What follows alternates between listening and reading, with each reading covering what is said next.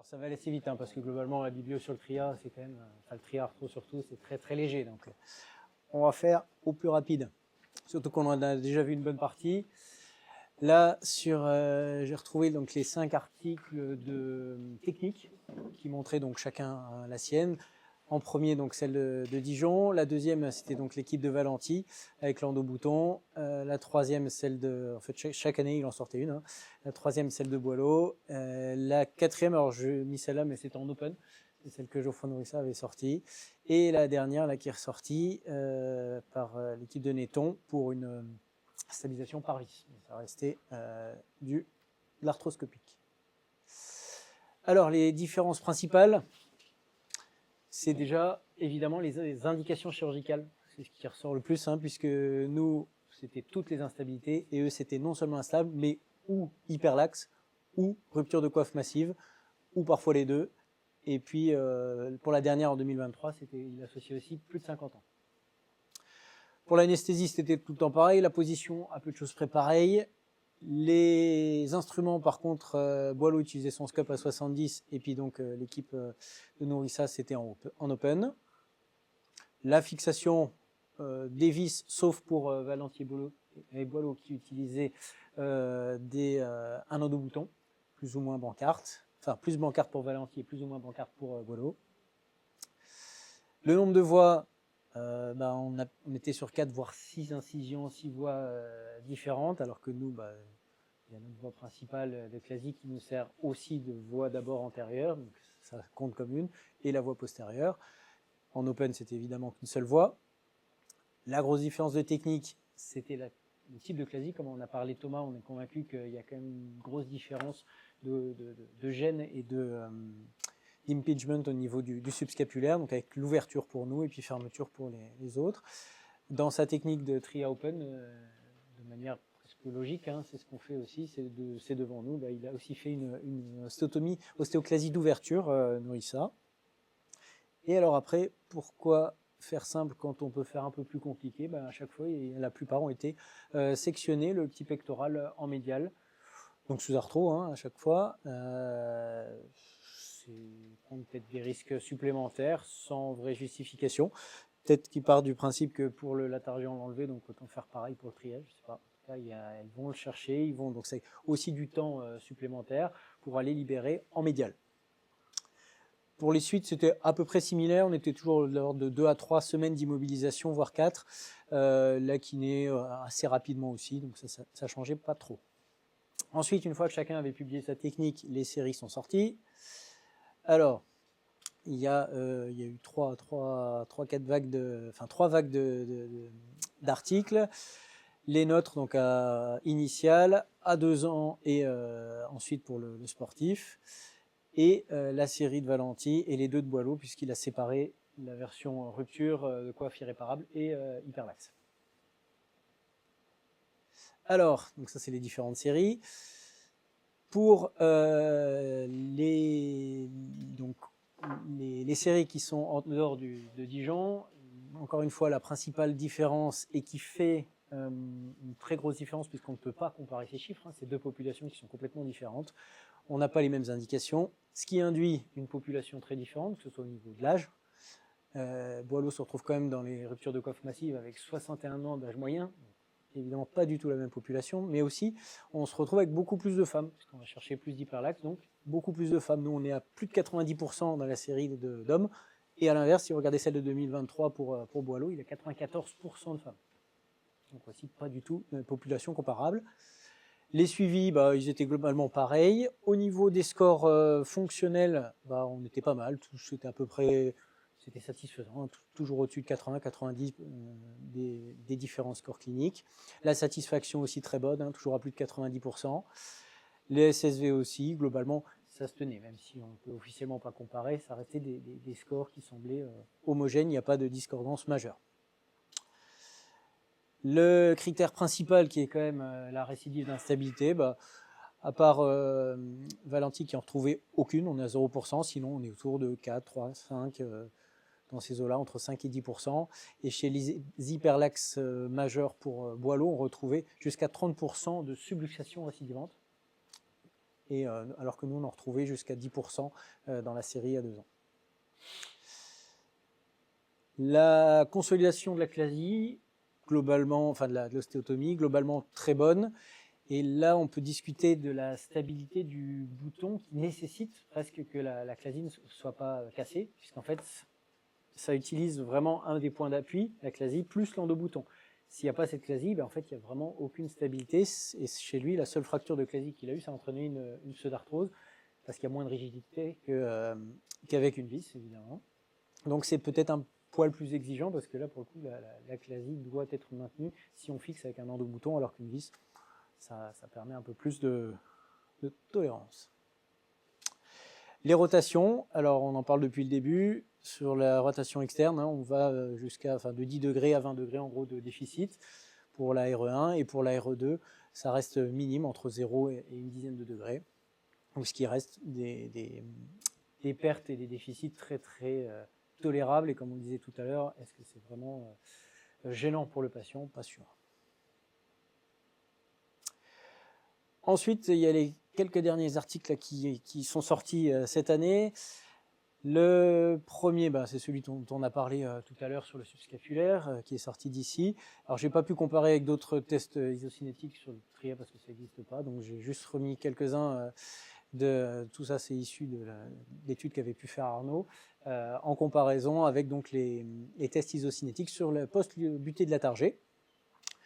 Donc on se rend compte quand même dans la quasi-totalité des cas, comme ce qu'on pouvait avoir sur le TRIA, à 3 mois, il y a une diminution de force, ça ok.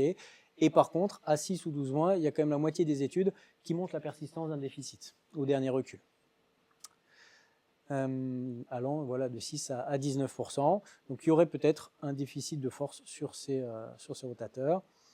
Et alors au niveau de la trophicité, pour les images, pour rediscuter de l'AMM qu'on avait retrouvé tout à l'heure, qui était un petit peu paradoxal, là il y a une diminution aussi de l'AMM pour une seule étude sur les 4, et dans les 3 autres, il n'y avait aucune différence. Donc encore une fois, se pose la question des artefacts liés au matériel qui est en place après, est-ce que c'est réellement interprétable ou non?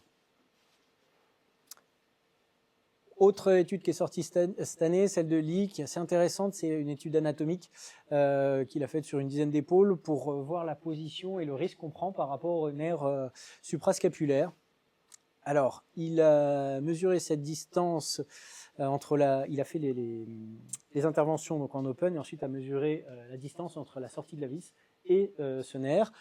Il a calculé les angles par rapport à la glène pour savoir dans quelle angulation était le nerf. Alors,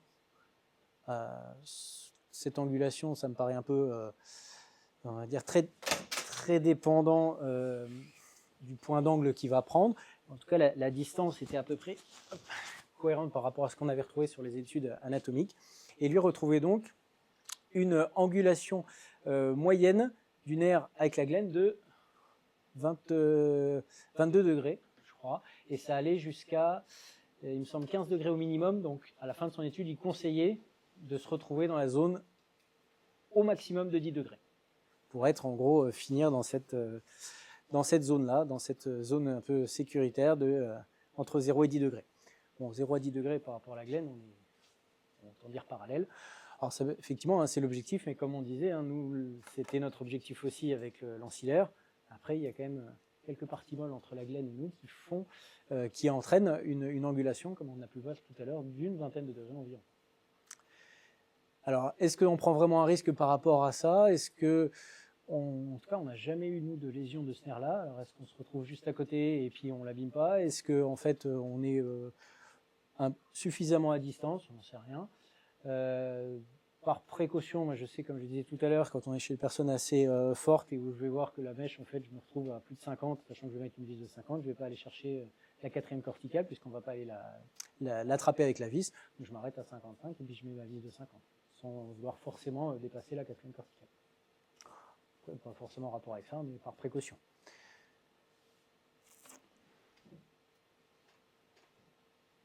Ensuite, 2 articles de Boileau. Il a fait une revue de la littérature.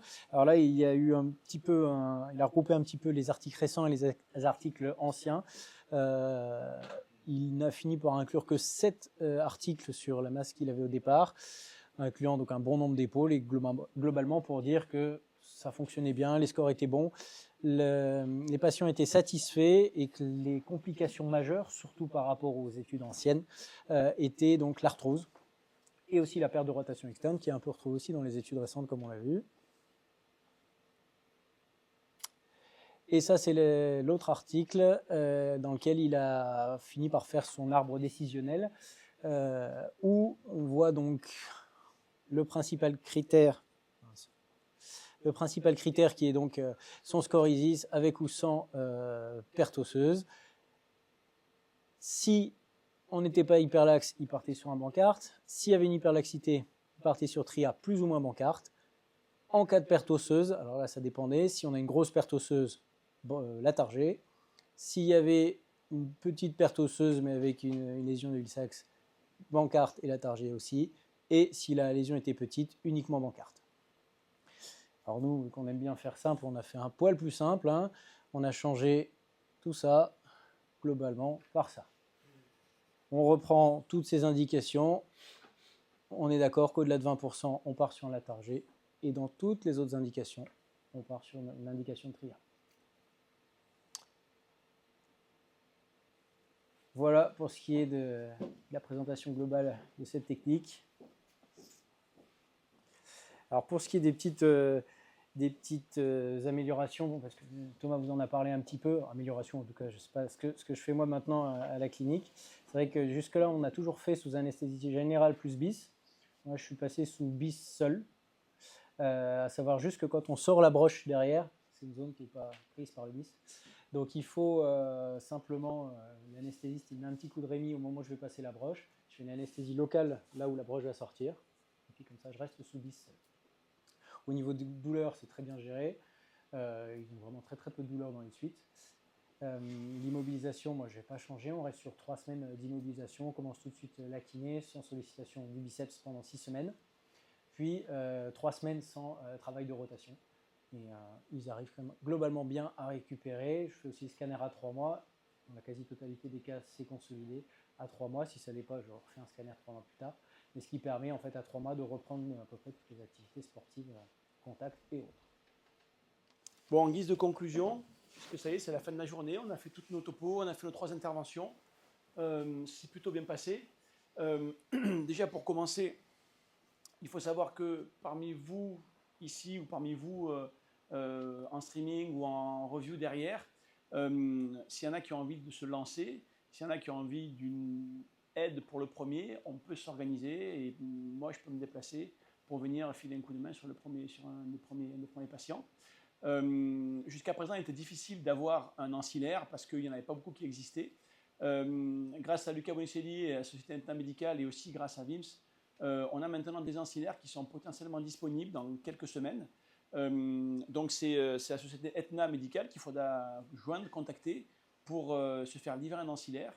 Et on essaiera de faire en sorte que l'ancillaire soit complet avec éventuellement aussi les vis dedans, où on discutera avec vous de ce que vous avez dans vos blocs pour avoir quelque chose de possible et que vous puissiez le faire assez facilement. Il y a des gens qui le font déjà, à qui on envoie nous nos ancillaires. On a 2 de nos collègues qui sont dans la région de Tours et dans la région marseillaise, qui eux aussi se sont mis au TRIA depuis le Jedi épisode 1 et qui ont fait une série qu'on va essayer de revoir, qu'on va essayer d'évaluer bientôt. On les remercie, ils ne sont pas là aujourd'hui, mais je suis sûr qu'ils nous regardent. Et enfin, puisque c'est la fin, je voudrais remercier, mais vraiment très chaleureusement, toute l'équipe qui s'est déplacée aujourd'hui, l'équipe technique, principalement de chez VIMS et de chez Aetna, avec Luca Bonicelli, bien sûr, qui est à l'origine avec moi de tout ça, et puis Romain, et puis Thomas, et puis Kylian avec un E qui était en salle et qui a tout géré.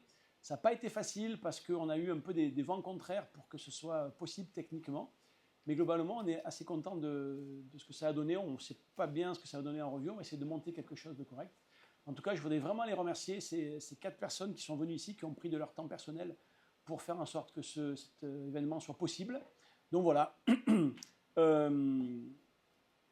Faites du TRIA si vous avez envie. On vous filera un coup de main et on va essayer de faire en sorte que ce soit possible logistiquement. Voilà.